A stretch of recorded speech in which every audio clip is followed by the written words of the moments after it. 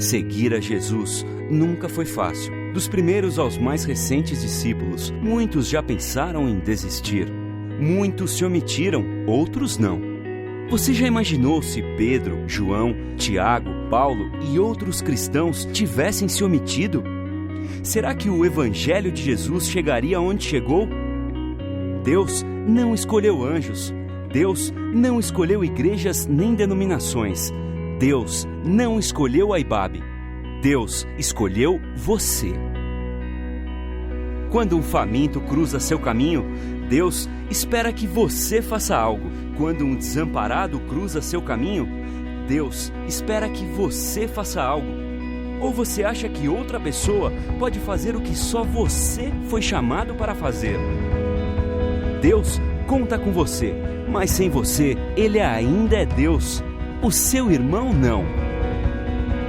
Ele, sem você, pode morrer de fome.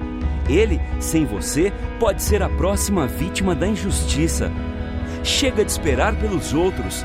Chega de esperar que Deus faça o que você tem que fazer. Levante dessa cadeira e dê pelo menos um passo na direção do seu próximo. Deus espera muito mais de você. Olha a sua volta. Viu como está? Não se omita. O mundo precisa urgentemente de você. E isso não é um peso, é um privilégio. Ele conta com você.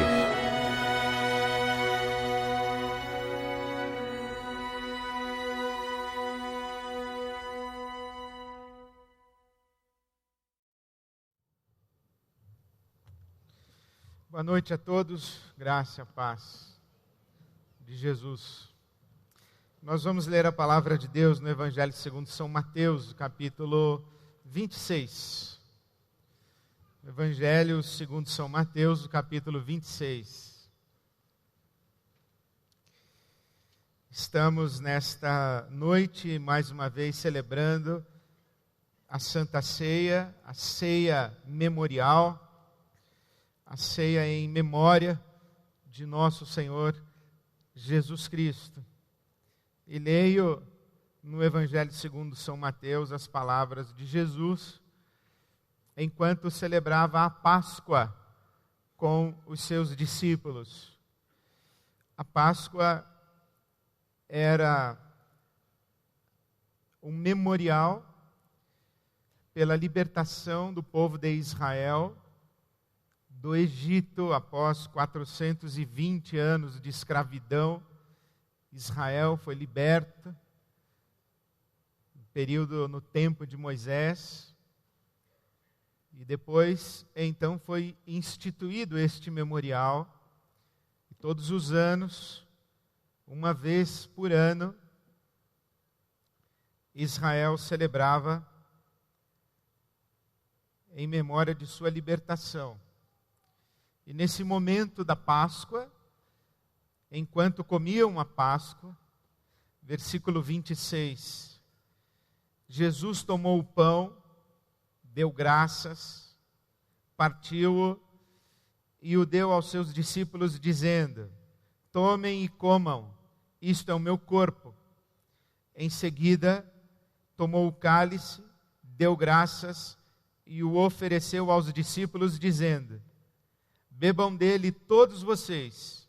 Isto é o meu sangue da aliança, que é derramado em favor de muitos para perdão de pecados. Vamos orar? Deus nosso Pai, hoje mais uma vez tomamos nas mãos o pão e o cálice. E tomamos nas mãos esta oferta que Jesus faz de si mesmo a todos e cada um de nós. Pedimos-te a tua bênção sobre nós e consagramos esse ato ao Senhor, clamando que ele tenha consequências para todos nós e repercussão para toda a eternidade. Para a tua glória, assim oramos, em nome de Jesus. Amém.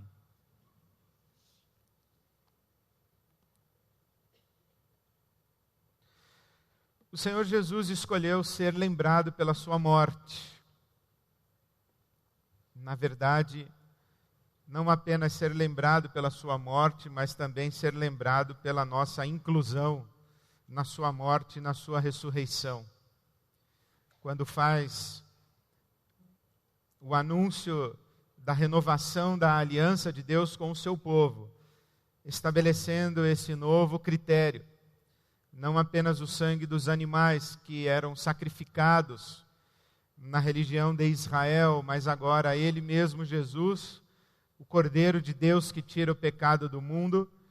Jesus diz que Ele seria entregue à morte, mas ressuscitaria ao terceiro dia. E nesse momento de celebração da Páscoa, Jesus estabelece que a nova aliança de Deus com a humanidade não está mais fundamentada no sacrifício dos animais, mas no sacrifício dele, Jesus, como Cordeiro de Deus. E ele anuncia que beberia novamente deste fruto da videira no reino de seu Pai, e todos nós com ele estaríamos.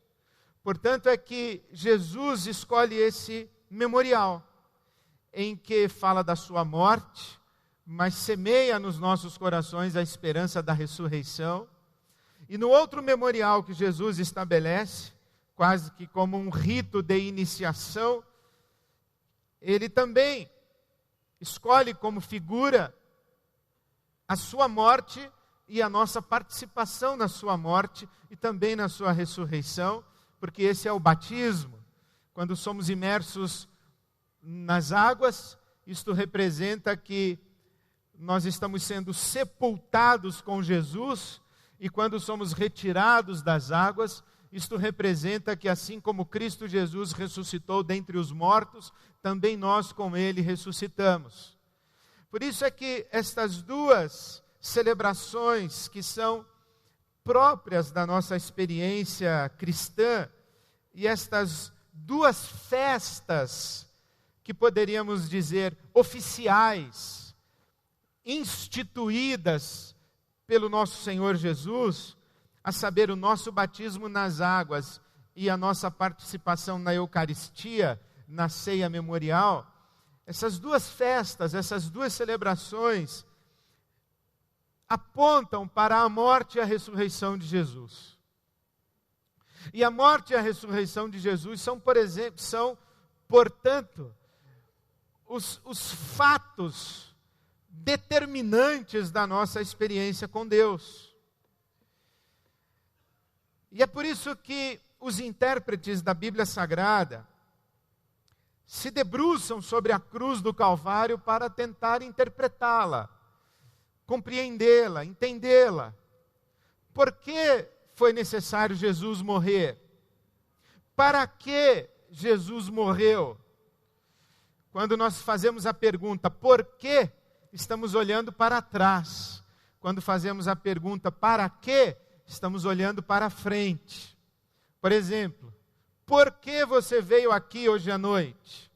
Isto quer dizer, olhando para trás, perguntaríamos, o que aconteceu antes de você chegar aqui, que trouxe você aqui? Por que você veio? E quando perguntamos, para que você veio? Nós estamos olhando para frente, dizendo, considerando que você está aqui, o que você espera que aconteça com você? Isto é, para que você veio? As perguntas a respeito da cruz do Calvário são semelhantes. Por que Jesus morreu? O que aconteceu antes da cruz do Calvário que tornou a cruz necessária? E para que Jesus morreu? Isto é, tendo morrido e ressuscitado dentre os mortos, o que pode acontecer como resultado de sua morte e ressurreição? Os teólogos perguntam isso. Por exemplo, poderia ser que Deus nos amasse e que se relacionasse conosco sem que Jesus tivesse morrido naquela cruz? A cruz de Cristo era mesmo necessária? Ou como pretendem alguns teólogos, ela foi contingente, do tipo, ele não precisava morrer, mas acabou morrendo, como expressão de amor, como gesto de amor, como testemunho de amor. Mas não era necessário que ele morresse. Nós já dizemos, não apenas era necessário que ele morresse, era imprescindível. Não haveria mundo se ele não tivesse morrido. Porque a palavra de Deus diz que a cruz de Cristo é conhecida desde antes da fundação do mundo. Jesus Cristo morreu desde antes da fundação do mundo. O Cordeiro é conhecido desde antes da fundação do mundo. O apóstolo Paulo, nas cartas a Timóteo, diz assim que a cruz de Cristo aconteceu na eternidade, fora do tempo, antes que houvesse o tempo, mas se manifestou na história e no tempo. Mas a morte de Jesus aconteceu antes da fundação do mundo.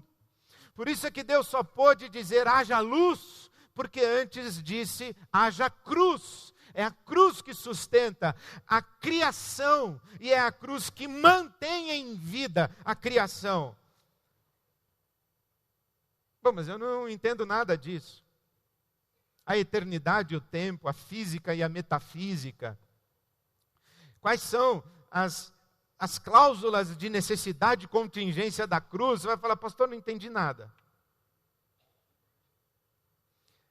Mas a grande questão é que se ficarmos discutindo por quê, como que nós somos incluídos na cruz de Cristo e na sua ressurreição, que experiência é essa?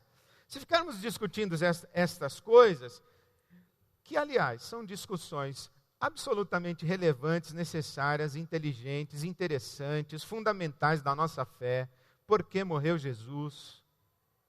Outro dia um pregador falou que Jesus poderia ter morrido envenenado, como morreu o filósofo Sócrates.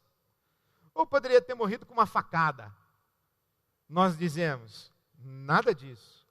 Só havia uma morte de Jesus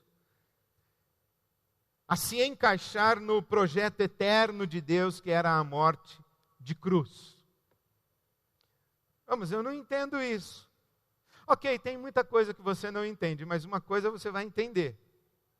É que quando nós pegamos a cruz do Calvário e acendemos uma luz em cima da cruz do Calvário, e ficamos olhando para ela, examinando o porquê, o para quê, as implicações, as demandas, nós ficamos examinando a cruz do Calvário, nós podemos usar vários textos da Bíblia Sagrada, tanto do Velho quanto do Novo Testamento.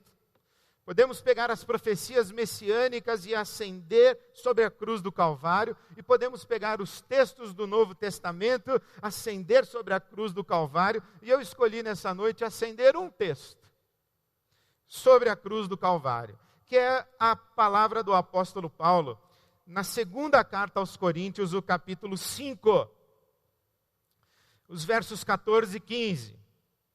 Quando o apóstolo Paulo diz que o amor de Cristo nos constrange, porque estamos convencidos de que um morreu por todos, e logo todos morreram. Não é fácil de entender, concordam? Como assim um morreu por todos e logo todos morreram? Todos quem? Toda a humanidade ou só os que creem? Não é muito fácil de entender. Um morreu por todos, logo todos morreram. E ele morreu por todos, para que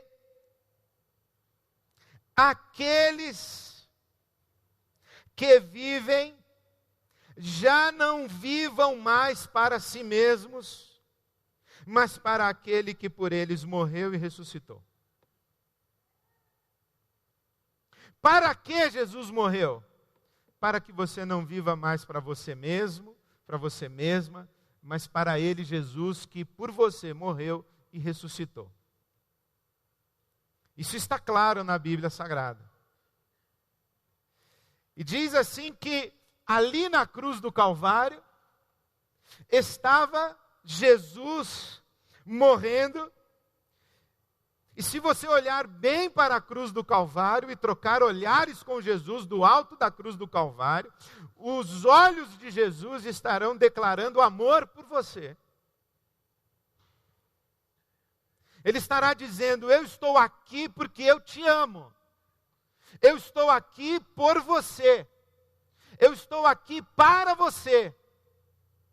Eu dou a minha vida por você, para você.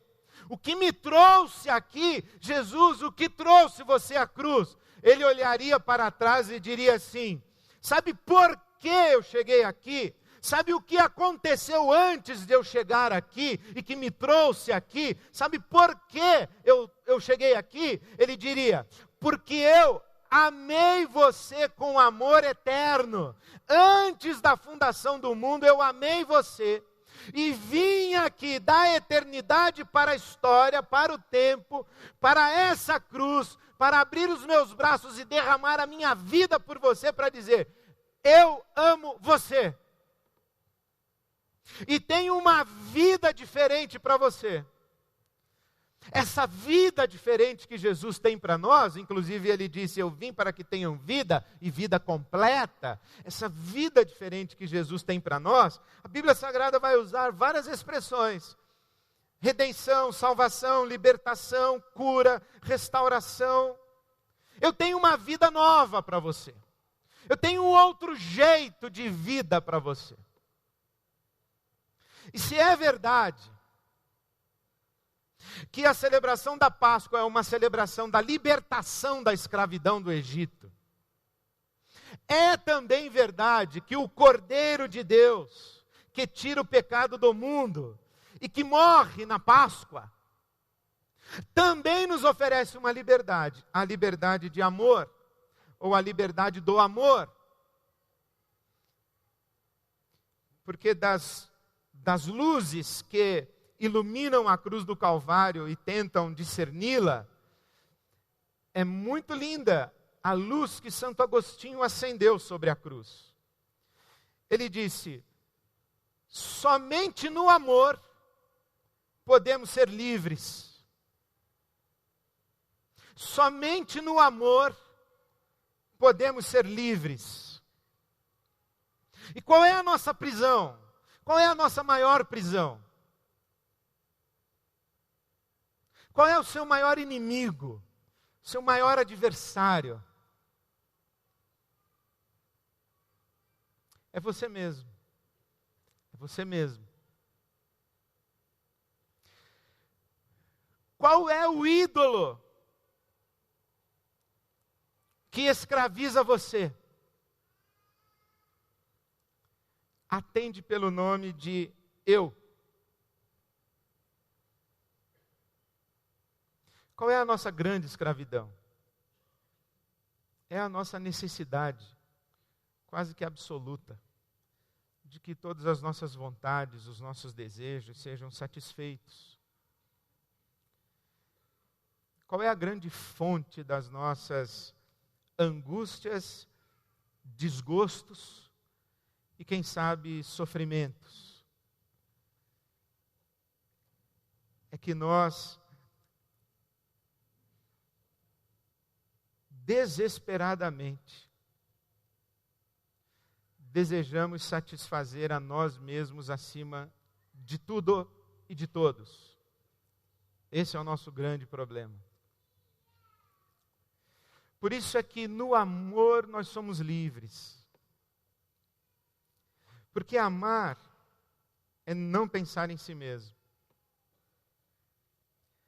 Amar é dar o melhor do que temos e o melhor do que somos, em benefício daqueles que amamos. Amar é fazer o que Cristo fez, à imitação de seu Pai. Deus amou o mundo de tal maneira que deu o seu Filho amado.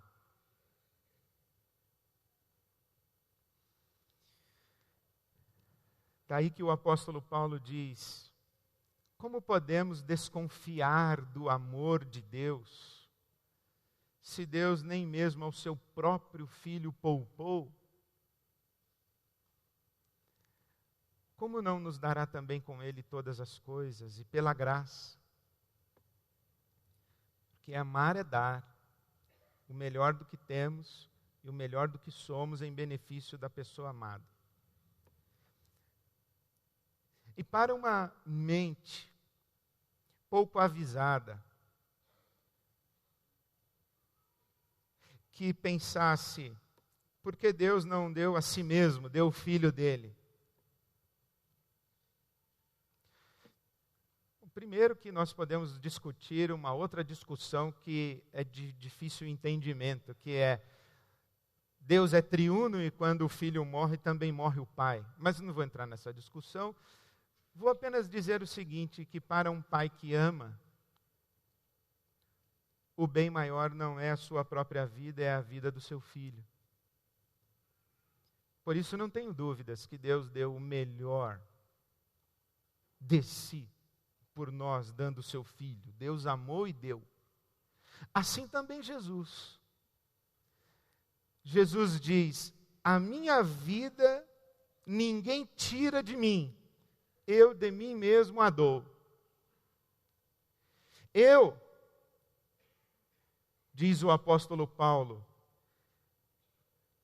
colocando palavras na boca de Jesus, eu, sendo o próprio Deus, não me agarrei ao meu status e às minhas prerrogativas divinas, mas abri mão de tudo, me esvaziei e vim à cruz me dar por amor.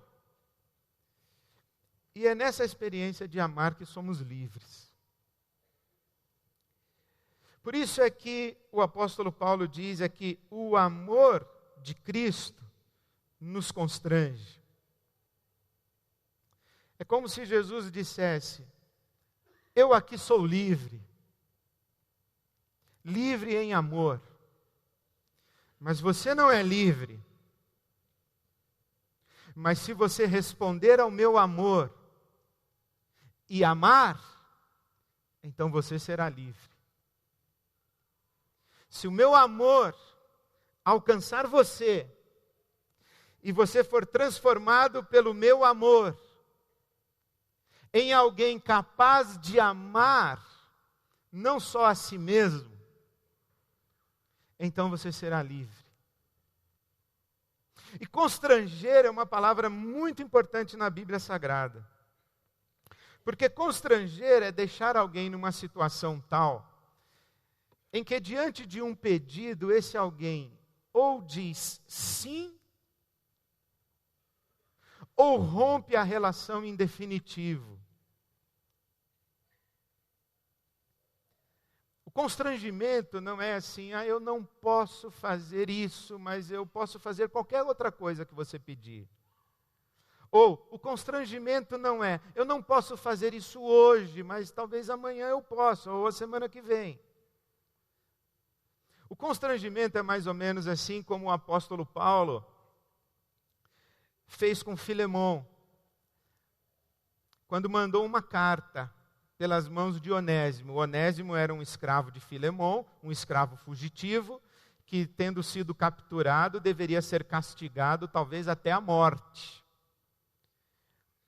Mas quando Paulo encontra o Onésimo, o escravo fugitivo de Filemão, Paulo escreve uma carta para o Filemão e diz para o Onésimo, volte, encontre o seu senhor e entregue essa carta para ele. E na carta está escrito assim, Filemão, se você de fato é meu amigo, se me tens por companheiro seu, recebe Onésimo como se estivesse recebendo a mim mesmo.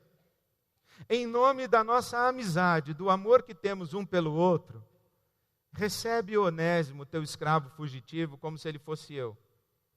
E certamente que Filemão não receberia o apóstolo Paulo e o colocaria no pau de arara. O Filemão está constrangido. Ou ele recebe Onésimo o escravo fugitivo, com todo o amor, a fraternidade, a generosidade com que receberia o apóstolo Paulo, ou precisa dizer ao Paulo: você se enganou a respeito da nossa amizade, você se enganou a respeito do amor que temos um pelo outro. Eu não vou receber este homem como receberia você. Eu vou recebê-lo como um escravo fugitivo. E você pensou que eu tinha consideração por você, mas eu não tinha. Você estava iludido a respeito da disposição do meu coração em relação a você. Isso é constrangimento. Constranger da cruz é nos colocar nessa situação em que ou respondemos sim, ou rompemos em definitivo, porque não há meio termo. Ou nós vivemos para o nosso Senhor Jesus Cristo, ou nós vivemos para nós mesmos. Não dá para segunda-feira você viver para você, e na terça para Jesus, e na quarta para você. Bem me quer, mal me quer. Bem me quer, mal me quer. Não, a gente não brinca de bem me quer e mal me quer com Jesus. Ou a gente é impactado pelo amor de Deus e responde em amor, ou a gente diz a Deus: por enquanto eu quero viver para mim mesmo. E nós sabemos que responder em amor significa viver para Ele. E parece ser de fato uma transação própria da graça de Deus. Jesus dizendo: eu morro por você e você vive por mim. Eu entrego a minha vida à morte e você entrega a sua vida a mais vida por mim. Eu morro por você e dou a você a chave que abre a porta da sua prisão. A prisão que mantém você dentro do seu ego. Aí você abre essa porta e o seu coração é dilatado em amor e você vive para mim. E nós sabemos que viver para Jesus só tem um jeito de viver para Jesus, é viver para o nosso próximo. Por isso é que Jesus disse: um novo mandamento eu dou a vocês. Vocês devem amar uns aos outros assim como eu amei vocês. E aí é que a nossa situação se complica em definitivo. Porque eu estou disposto a fazer todos os sacrifícios pelos meus filhos. Eu estou disposto a dar tudo o que eu tenho, inclusive a minha própria vida, pelos meus filhos. Mas vamos começar devagar. Eu estou disposto a dar a minha vida pelos meus filhos, mas eu não estou disposto a dar tempo para ouvi-los. Eu estou disposto a dar a minha vida pelos meus filhos, mas eu não estou disposto a perdoar-lhes as eventuais ofensas que façam contra mim. Eu estou disposto a dar a vida, mas não estou disposto a doar sangue. Eu estou disposto a dar a vida, mas não estou disposto a buscar ajuda para que a minha relação familiar seja qualificada. Eu estou disposto a dar a minha vida, mas não estou disposto a dar o meu abraço, o meu beijo santo. Eu estou disposto a dar a minha vida, mas eu não estou disposto a parar de agredir. Eu estou disposto a dar a minha vida, mas eu não estou disposto a falar um pouquinho mais baixo, com respeito, com educação, olhando nos olhos dos meus filhos com dignidade. Agora é possível ficar pior, porque eu estou disposto a dar a minha vida pelos meus filhos, mas por você não estou não. E esse negócio que a gente fala de eu te amo em Jesus não vale nada. Uma bobagem esse negócio de vire para quem está do seu lado e diga eu te amo em Jesus. O sujeito virar para o meu lado, falar eu te amo em Jesus, eu falo, então me doa um rim. Queria ver se acontecesse. o seguinte, eu estou na fila do transplante, então me doa um rim. Você não me ama? Não, mas não é bem assim que eu te amo, né? O negócio é mais litúrgico, assim. É jogo de cena. É brincadeirinha. Porque eu estou disposto a fazer os sacrifícios que forem necessários pelos meus filhos, mas pelo chinês, pelo angolano, pelo alemão, pelo norte-americano que vive na Califórnia, é muito menos. Pelo palestino, quem sabe? Por aquele que sofre nos países do terceiro mundo, quem sabe? Pelos meus filhos, eu sei que eu estou disposto. Estou disposto a ir o mais longe que eu precisar ir, interromper a minha vida se eu precisar, parar tudo que eu estou fazendo e me dedicar só aos meus filhos, tempo integral, tudo, parar tudo, e se eu precisar servir só uma pessoa, e é um filho meu ou minha filha, eu estou disposto. Mas por você, acho que eu não estou não. Vou ter que pensar muito. Os meus filhos eu não preciso pensar. Se Deus chegar para mim e falar assim, Ed, tem um sacrifício que você tem que fazer pelo seu filho, pela sua filha, eu vou dizer, qual é? Qual é, Senhor? Eu vou fazer. Eu só preciso pensar pelos meus filhos que tipo de sacrifício eu vou fazer e se de fato o sacrifício que eu vou fazer é um sacrifício para o bem deles ou se é uma resposta passional da minha parte, porque a paixão é cega, o amor é lúcido. Tem muito pai e mãe que pensa que está amando o filho, mas não está. Está amando a si mesmo e a si mesma na projeção que faz do filho e da filha. Sem lucidez, sem entendimento. Acreditando que está dando o melhor para o filho, mas não necessariamente está dando o melhor para o filho. O amor é lúcido. Por exemplo, você está disposto, Ed René, a parar tudo na sua vida e dedicar só ao seu filho, só à sua filha? Eu vou dizer, eu estou, só não sei se é isso que eu tenho que fazer. Como assim?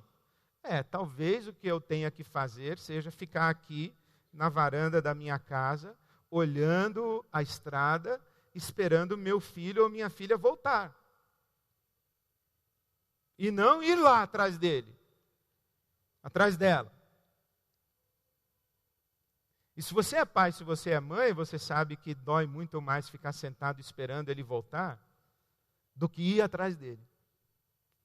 Mas se você olha o pai do filho pródigo, ele não vai. Ele fica. Agora pergunte para ele se ele estava disposto a ir. Estava. Mas por alguma razão discerniu que ir não era o maior sacrifício e nem mesmo o sacrifício que deveria ser feito. Então o que é amar? Amar é dar o melhor do que temos, o melhor do que somos, em benefício da pessoa amada. Essa definição não é minha, é do senhor Olavo Feijó, doutor psiquiatra. Amar é dar o melhor do que temos e o melhor do que somos, em benefício da pessoa amada.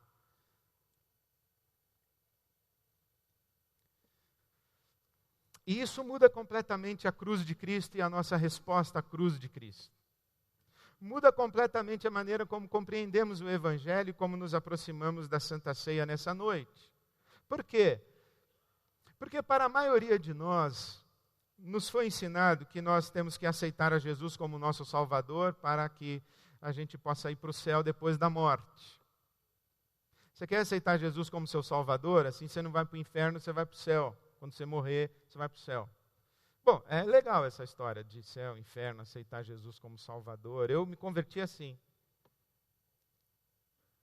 Fazendo a oração que toda pessoa deveria fazer. Senhor Jesus, eu declaro que a minha vida não é mais minha, a minha vida é tua, e eu convido o Senhor a vir morar no meu coração. Foi assim que eu me converti, eu fiz essa oração. com 11 anos, 10 anos de idade, era toda a oração que eu posso fazer, ou que eu podia fazer. Mas hoje, quando eu leio a palavra de Deus, eu vejo que o nome do jogo não é ir para o céu depois da morte. O nome do jogo é viver para Jesus enquanto eu estou vivo. Porque eu faço o seguinte apelo hoje à noite: quem aqui quer ir para o céu depois da morte? Levante a sua mão para aceitar Jesus como seu Salvador. Saia do seu lugar, venha aqui à frente, eu vou orar com você. E se você acredita em céu, acredita em inferno e acredita na Bíblia, o que você tem que fazer é levantar do seu lugar mesmo e vir aqui à frente e falar: Jesus, eu quero ir para o céu depois da morte. Então eu te aceito como meu Salvador. Agora, menos popular é o seguinte apelo: quantos aqui querem deixar de viver para si mesmos e entregar a vida em amor e em resposta ao amor de Jesus, e entrar na escola do amor de Jesus, para que seus corações sejam dilatados a ponto de chegarem ao momento da vida em que estarão dispostos a fazer por um chinês, por um angolano, por um alemão e por um norte-americano aquilo que hoje só estaríamos dispostos a fazer pelos nossos filhos.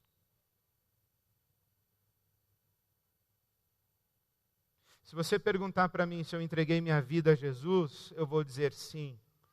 Ele é o Senhor da minha vida.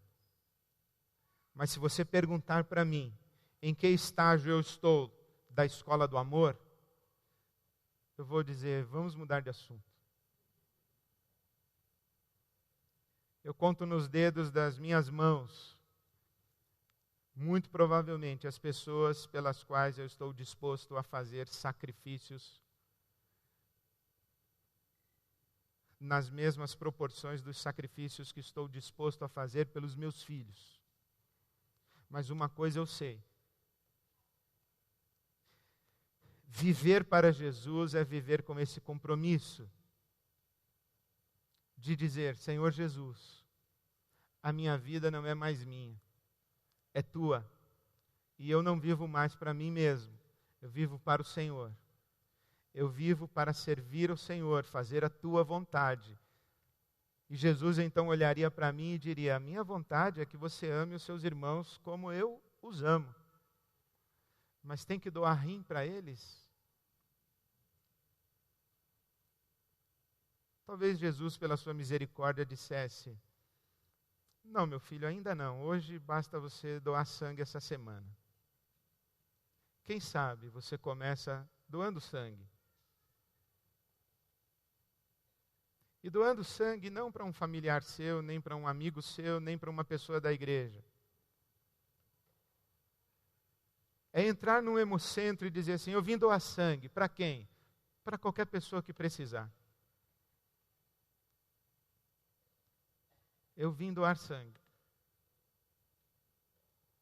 Talvez a gente comece assim. Talvez a gente comece indo cantar na Fundação Casa: glória a Deus nas alturas e paz na terra.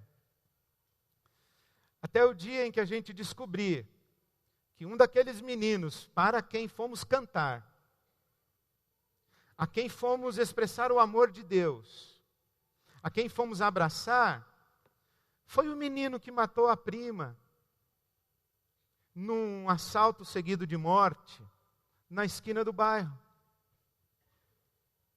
A minha prima? É, sua prima. Foi esse menino aí, ó. Então não vou cantar, não. E o cartão que eu ia dar é justo para ele. Não vou dar, não. Não vou dar cartão para esse menino, não. Seguir a Jesus é isso. É ter o coração dilatado em resposta ao amor de Deus, revelado na cruz do Calvário, de tal maneira que, aos poucos, no nosso coração que vai se dilatando, vai cabendo cada vez mais gente, mais gente, mais gente, mais gente, até que toda a humanidade seja uma só família, que se ajoelha diante de Deus o Pai, que a todos dá nome. E que a nossa oração, Pai nosso que estás nos céus, o pão nosso de cada dia dá-nos hoje. E perdoa-me, Senhor, as minhas ofensas, como eu perdoo desse menino que matou a minha prima. E enche o meu coração da tua paz e recebe toda a glória. E enche o coração dos meus irmãos com a tua paz, para que tu recebas toda a glória. Isso é o Evangelho. E é isso que nós celebramos aqui hoje à noite. Nós estamos dizendo, Senhor Jesus, ao tomar nas mãos o pão e o cálice, estamos dizendo que não somos capazes ainda de amar como o Senhor ama, mas nós estamos dizendo que entregamos a nossa vida para que o Teu Espírito Santo nos transforme de tal maneira a produzir em nós esse fruto divino que é o amor. E isso é um compromisso de vida e é um compromisso para sempre. Se você quiser renovar essa sua fala para Jesus, essa é a hora. Tome na sua mão o pão e o cálice e diga para Jesus, Senhor Jesus, a minha vida não é mais minha, a minha vida é tua. Eu não quero mais viver para mim, eu quero viver para ti, mas eu não sei viver para ti. E eu não amo suficientemente para viver para ti. Mas é isso que eu quero, e é isso que é a minha razão de viver e de morrer. Se for assim, essa mesa é sua. Bem-vindo, em nome de Jesus. Amém.